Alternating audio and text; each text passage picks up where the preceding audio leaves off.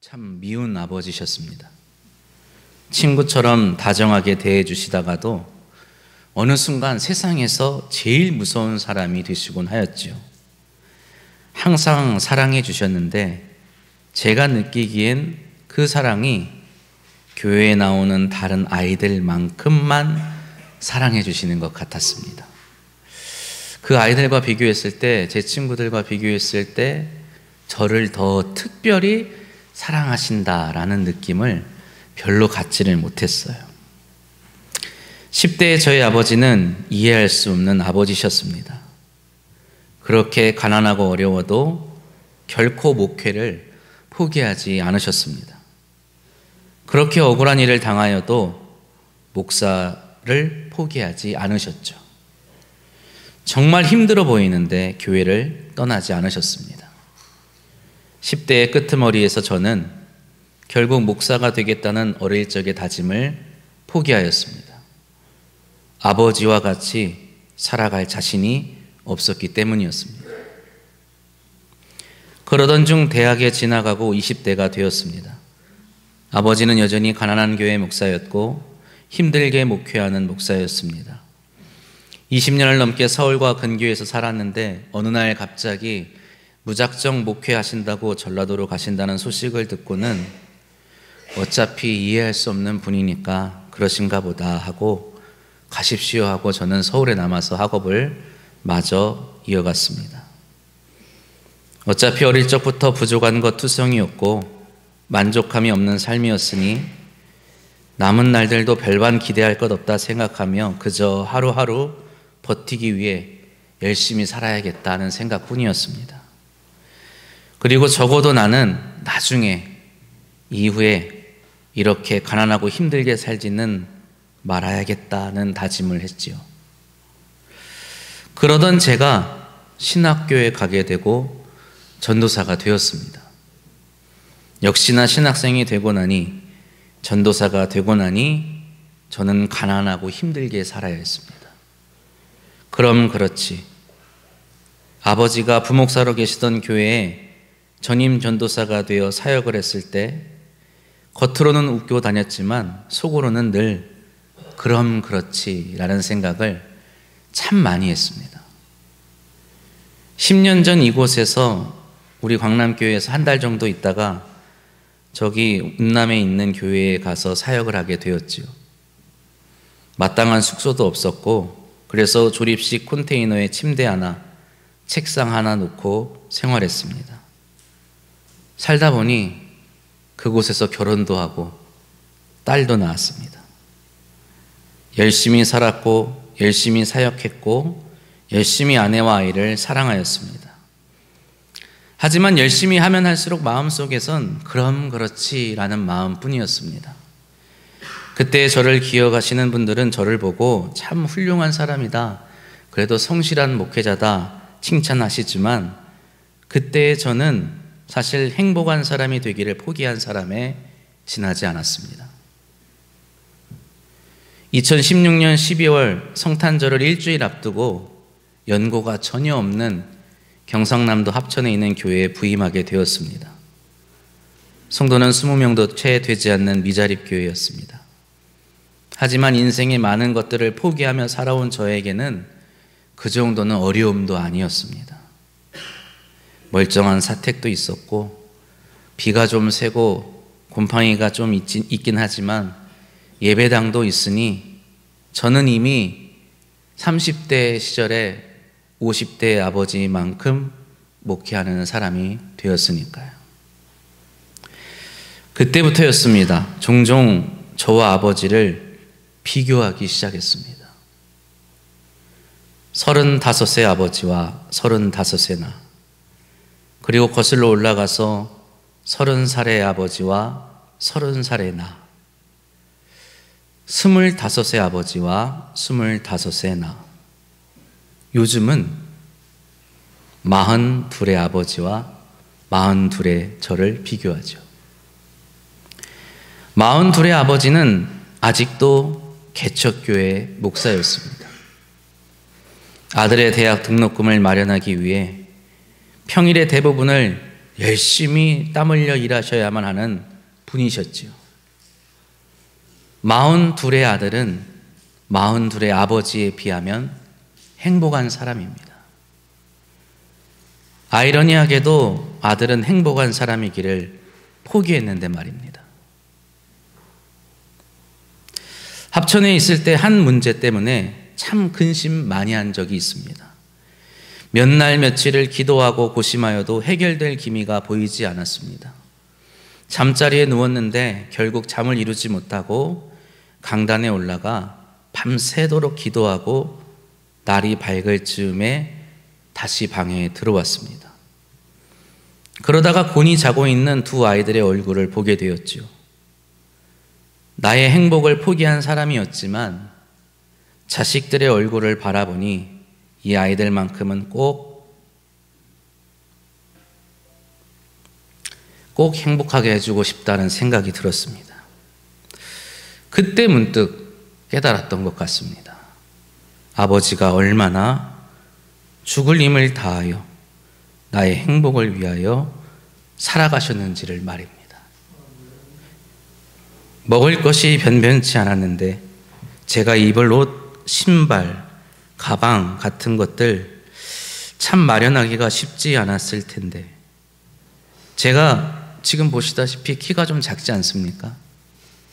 제가 좀 덜 자란 게 그나마 지금 생각해 보면 효도하는 것 같습니다. 우리 두 아이들이 크는 것 보면 정말 기특하다가도 몇 달 지나지 않아서 옷 입으면 배꼽이 나와요. 옷이 작아져서 옷 사야 된다고 아내가 말하면 솔직히 한숨 나옵니다. 도대체 옷을 몇 번이나 사는 거야. 아이들의 옷을 사줄 때 문득 제 옷을 사주시던 아버지의 얼굴이 떠오릅니다. 아이들의 발이 커져서 신발을 사주러 갈 때면 속없이 메이커 신발 사달라고 조른 아들을 데리고 매장에 들어가시던 아버지의 얼굴이 떠오릅니다. 왜 아버지는 옷을 사주실 때마다, 왜 신발을 사주실 때마다 고민하셨는지 그때는 몰랐죠. 그것을 이해하는데 참 오랜 시간이 걸렸습니다. 왜 아버지께서 또 어머니께서 밤마다 울부짖으며 기도하셨는지 이해하는데 참 많은 시간이 걸렸습니다. 부모님께서 얼마나 힘드셨는지, 그럼에도 불구하고 얼마나 나를 사랑하셨는지, 가족을 위하여 헌신하셨는지 이해하는데 30년이라는 시간이 걸렸습니다. 저는 아버지보다 좋은 환경에서 목회하며 살아가고 있습니다.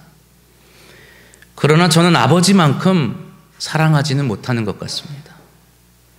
저는 아버지만큼 헌신하지 못합니다.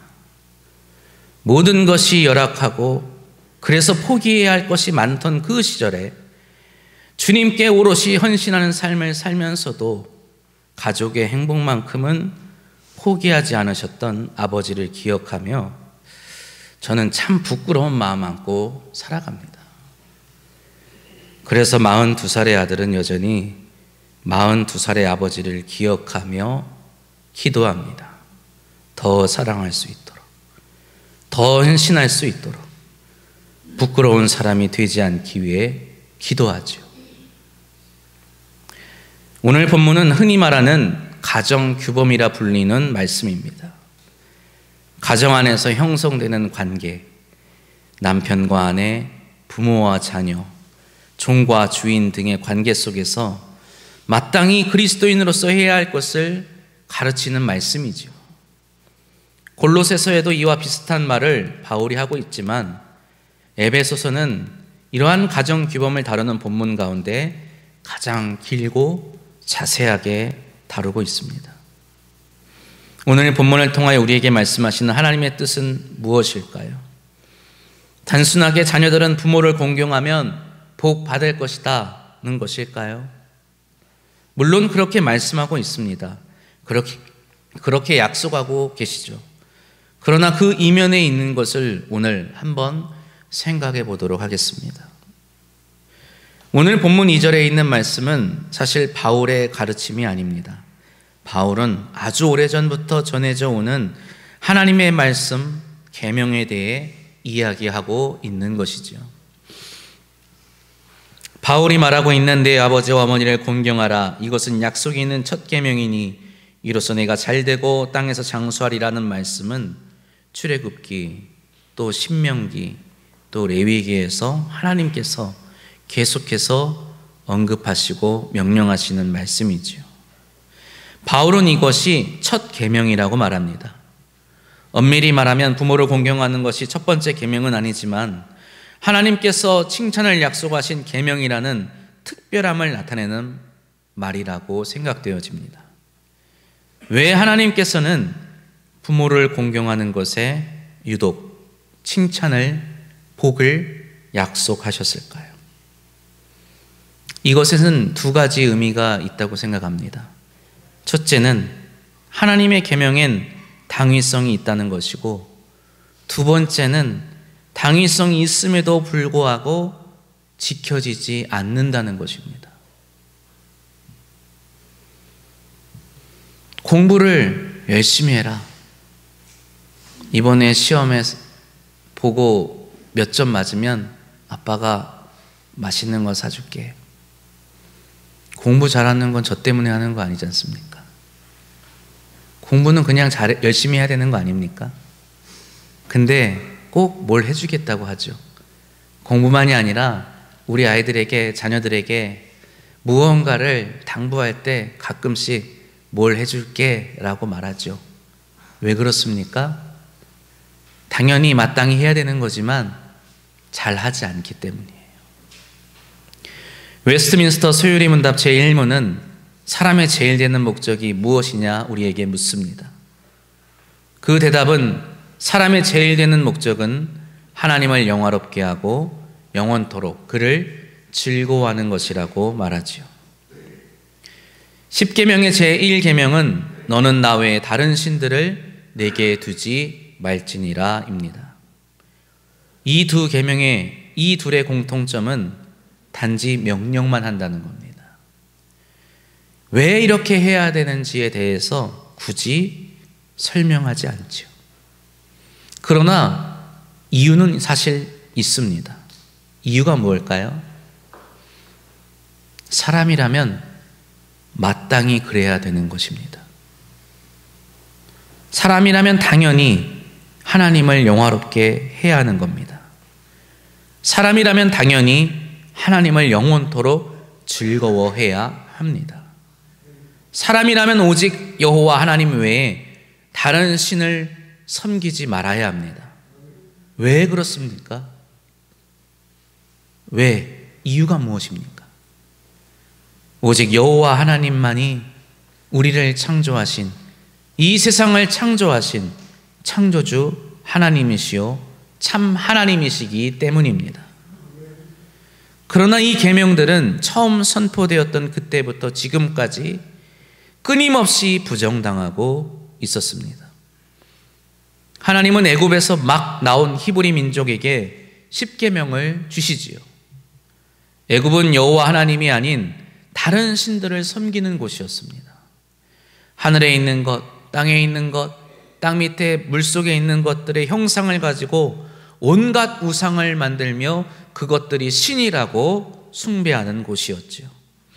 그들은 창조주이신 여호와 하나님을 섬기지 않았고 그분이 창조하신 이 세계를 다른 신의 것으로 돌리며 살던 사람들이었습니다. 하나님의 안식과 하나님께서 정하신 안식일을 지키지 않았습니다. 히브리인들은 애굽의 종교와 문화와 사상에 한껏 물들어 있었기에 하나님께서는 그들이 하지 말아야 할 것, 또 해야 할 것을 분명하게 가르쳐 주시기 위하여 10계명을 주신 것이지요. 10계명은 어찌 보면 지금껏 그들이 하던 것을 하지 말아야 하고 하지 않았던 것을 해야 하는 것을 보여주는 것입니다. 마치 우리가 시험을 보고 틀린 것을 찾아내서 또 맞은 것을 잘 기억하는, 그래서 작성하는 오답 노트와 같은 겁니다. 우리가 못하기 때문에 하나님은 하라고 하시는 거고, 우리가 마땅히 해야 하기에 하나님께서 하라는 것이고, 우리가 그동안 잘못해왔기에 하지 말라고 하시는 것입니다. 그런 점에서 부모를 공경하는 것 역시 살인하지 않는 것, 간음하지 않는 것, 도둑질하지 않는 것 등등과 마찬가지로 그 당시에는 잘 안 지켜지는 것이었던 것을 알 수 있죠. 이미 성경은 그 이전 시대에도 하나님이 명하신 계명이 잘 지켜지지 않는다는 것을 우리에게 보여줍니다. 아담과 하와는 하나님에게 속한 것을 도둑질하였고 하나님께 거짓말하였습니다. 가인은 자신의 동생이자 아버지의 아들인 아벨을 살인하였죠. 노아의 아들 함은 술 취하여 벌거벗은 아버지의 수치를 드러내었습니다. 야만의 시대였기에 그럴 수밖에 없다고 말할 수 있을지도 모릅니다. 그 고대 시대, 제대로 갖추어지지 않은 그 시대니까 뭐 그럴 수 있지 않겠느냐 말할 수 있을지도 모릅니다. 그러나 이러한 인간의 완악함은 야만의 시대를 거쳐 신약의 시대에까지 이르게 되지요. 우리는 신약에서도 동일한 것을 발견하게 됩니다. 신약의 시대는 어떤 시대입니까? 하나님께 신실한 사람이 되기 위하여, 하나님 앞에 의로운 사람이 되기 위하여, 하나님께 인정받는 사람이 되기 위하여 바리새인이라 불리는 자들이, 서기관이라 불리는 자들이 하나님의 율법을 연구하고 가르치는 시대였습니다. 유대인이라면 누구도 하나님의 계명을 모르는 이가 없던 시대였죠. 그럼에도 불구하고 그 시대를 살아가던 예수님은 사람들에게 이렇게 말씀하십니다. 마태복음 15장 4절로 6절 말씀 우리 함께 봉독해 보겠습니다. 하나님이 이르셨으되 내 부모를 공경하라 하시고 또 아버지와 어머니를 비방하는 자는 반드시 죽임을 당하리라 하셨거늘 너희는 이르되 누구든지 아버지에게나 어머니에게 말하기를 내가 드려 유익하게 할 것이 하나님께 드림이 되었다고 하기만 하면 그 부모를 공경할 것이 없다 하여 너희의 전통으로 하나님의 말씀을 폐하는도다. 아멘. 마가복음에도 기록되어 있는 이 말씀에서 예수님은 율법을 알 만큼 아는 사람들이, 부모를 공경하는 것이 당연하다는 것을 알 만큼 아는 사람들이 하나님을 핑계 삼아 도리어 부모를 공경하지 않는다고 비판하시죠. 오늘 본문 에베소서는 에베소를 비롯한 그 근방에 있는 교회에 보내는 회람서신입니다. 여러 교회의 성도들이 함께 읽도록 보낸 편지지요. 에베소 지역은 당시 지식과 지성의 요람이라 불리던 곳이었습니다.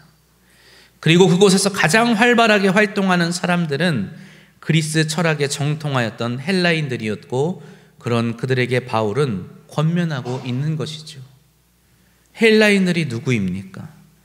지금까지 최고의 지성이라, 최고의 철학의 정점이라 추앙받는 그리스의 철학자들이 등장하였던 헬라 시대를 거쳐서 각종 법들이 명문화되고 체계화되던 로마 제국 아래에서 살아가던 사람들이었어요. 그들은 결코 무식하지 않았습니다. 그들은 결코 모르지 않았어요. 그런 그들에게 바울은 권면합니다. 오늘 본문 1절 말씀, 자녀들아 주 안에서 너희 부모에게 순종하라. 이것이 옳으니라. 그들이 인륜에 대해서, 부모에 대한 자녀의 의무에 대해서 몰랐을 것이라 생각하지 않습니다. 그들은 잘 알았겠지요. 그렇기에 바울은 그들이 알고 있음에도 하지 않는 것에 대해 권면하고 있는 것입니다. 오늘날 우리가 살아가는 이 시대는 구약의 야만의 시대와 신약의 철학의 시대보다, 르네상스 이후 계몽의 시대보다 더 발전한, 더 지식이 넘치는 그러한 시대라 할 수 있지요. 여기 계신 우리 중에 부모를 공경하는 것이 마땅하다는 것을 모르는 사람이 있습니까? 그러나 세상 돌아가는 소식을 들어보면 자신할 수 없어요. 분명 알만한 사람들이, 분명 그것을 배운 거라 생각하는 사람들이 부모를 공경하지 않고 자녀를 사랑으로 양육하지 않기 때문입니다. 이것을 통해 우리가 알 수 있는 것은 무엇일까요?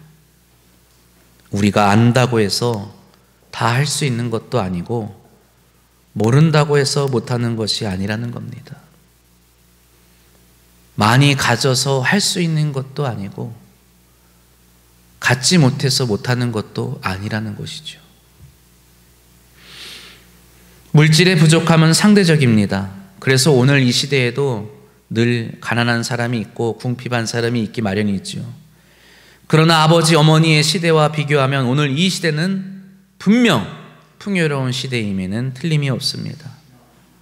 어느 드라마에 나오는 대사처럼 매일이 좋든 나쁘든 모든 날이 좋은 날입니다. 분명합니다. 계엄이 선포되어도 40년 전과 다르게 나라가 평온하게 흘러가지 않습니까? 우리 입에 먹을 것 안 들어오지 않지 않습니까? 잘 먹고 잘 살았어요. 입던 옷은 거지도 안 가져가는 시대가 되었습니다. 사랑하기에 충분하고 헌신한다 하여 죽음을 각오할 정도의 시대가 아닌 것이죠. 그러나 우리는 더 사랑하지 않습니다. 더 헌신하지 않죠. 더가 아니라 예전만큼 사랑하지 못합니다. 예전만큼 헌신하지 못합니다. 우리의 아버지들이, 어머니들이 그러하셨던 것처럼 형편이 나아진다 하여 더 사랑하는 것이 아님을 우리는 깨닫습니다. 여건이 넉넉하다 하여 더 너그러워지는 것이 아님을 깨닫습니다. 이후 시간이 흐르고 흘러 시대가 더 풍요로워지고 더 여유로워진다 한들 그곳에 사랑이 넘쳐나고 인정이 넘쳐날지 우리는 확신할 수 없습니다. 우리는 언제나 어제보다 나은 오늘을 맞이하며 살아가고 있지만 어제만큼 사랑하지 못하고 살아가는 자들입니다. 그렇게 우리는 다시 한번 바울의 이 권면을 주의 깊게 받아들여야 합니다. 1절 말씀 우리 함께 봉독해 보겠습니다. 자녀들아 주 안에서 너희 부모에게 순종하라. 이것이 옳으니라. 아멘. 우리는 항상 자신합니다. 할 수 있다고 말입니다. 그러나 우리는 이 계명을 지키지 못합니다. 그렇기에 바울은 우리에게 스스로를 자신하지 말고 우리에게 능력을 주시는 주 안에서 계명을 지키라고 권면합니다. 우리는 주 예수 그리스도 안에서만 이 계명을 지킬 수 있다고 바울은 말하는 것입니다. 하나님의 전능하심을 체험한 사람들도 하나님의 계명을 지키지 못하였습니다. 최고의 지성과 철학을 배운 이들도 지키지 못하였지요. 율법을 배우고 외우고 가르치는 이들도 선생되던 자들도 지키지 못하였습니다. 그들 스스로는 사랑하고 공경할 수 있는 능력이 전혀 없었기 때문이지요. 그러나 우리 주 예수 그리스도와 그를 통하여 우리를 구원하시고 회복하신 거룩하신 하나님 아버지께 감사합니다. 그리스도로 말미암아 하나님께서 우리를 본래 기뻐하시고 보시기에 좋은 모습, 곧 사랑하고 우애함으로 하나님께 영광을 돌릴 수 있는 자로 거듭나게 하셨기 때문입니다. 그리스도인과 그리스도인의 가정은 이 거듭남의 신비 가운데 수천 년, 아니 인류의 역사가 시작된 이래로 끊임없이 위협받았던 이 사랑과 공경, 우애와 헌신을 능히 이루어낼 수 있게 된 것입니다. 믿으십니까? 사랑하는 성도 여러분, 우리는 여전히 나아가는 시대, 나아지는 시대, 좋아지는 시대를 향해 나아가고 있지요. 그러나 주 안에서가 아니라면 우리의 사랑은 분명 퇴보하고 공경은 사라지고 우리의 우애와 헌신은 말뿐인, 허울뿐인 것이 되고 말 것입니다. 우리가 이 풍요롭고 여유로운 시대 가운데 우리가 아버지와 어머니를 공경하고 또 아버지와 어머니만큼 사랑하며 살기 위해서는 주 안에서 머물러야 하는 것입니다. 우리가 사랑할 수 있는 때가 언제라고 생각하십니까? 더 많은 재물, 더 여유로운 형편을 가질 때가 아닙니다. 부족하고 궁핍한 가운데에서도 가족을 위하여 눈물을 흘리며 기도하였던 아버지와 어머니의 신앙을 본받을 때 우리는 사랑할 수 있을 것입니다. 우리의 아버지와 어머니는 분명 부족하셨어요. 분명 모자라셨어요. 그러나 자신의 부족함을, 자신의 궁핍함을 하나님의 부요함으로 채우셨던 분들입니다. 자신의 사랑할 수 없음을 하나님의 무한하신 사랑을 구하셨던 그러한 분들이셨어요. 우리는 하나님 없으면, 주님 안에서가 아니라면 그 풍성한 사랑을 누릴 수 없습니다. 사랑을 위하여 간구하시기를 바랍니다. 아버지와 어머니를 위하여 기도하시기를 바랍니다. 우리 가족을 위하여, 사랑하는 가족을 위하여 하나님께 부르짖으시기 바랍니다.